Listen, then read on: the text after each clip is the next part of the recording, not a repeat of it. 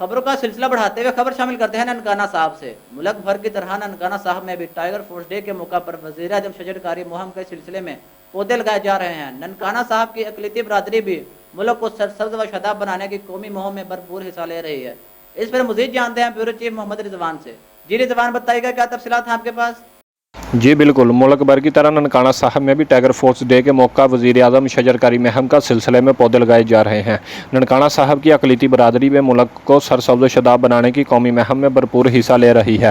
Kashmir road پر ہونے والی شجر کاری کے دوران سکھ، ہندو اور مسیحی برادری کے رہنماؤں نے بھی اپنے اپنے حصے کے پودے لگائے اور پوری قوم سے اپیل کی ہے کہ وہ اپنے اور آنے والی نسلوں کے محفوظ مستقبل کے لیے اپنے حصے کے پودے ضرور لگائیں۔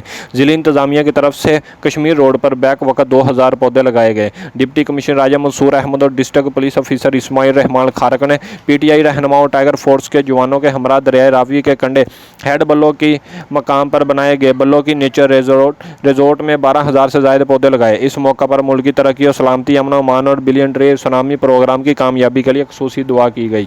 بہت شکریہ رضوان، ہمیں تفصیلات سے آگاہ کرنے کے لیے۔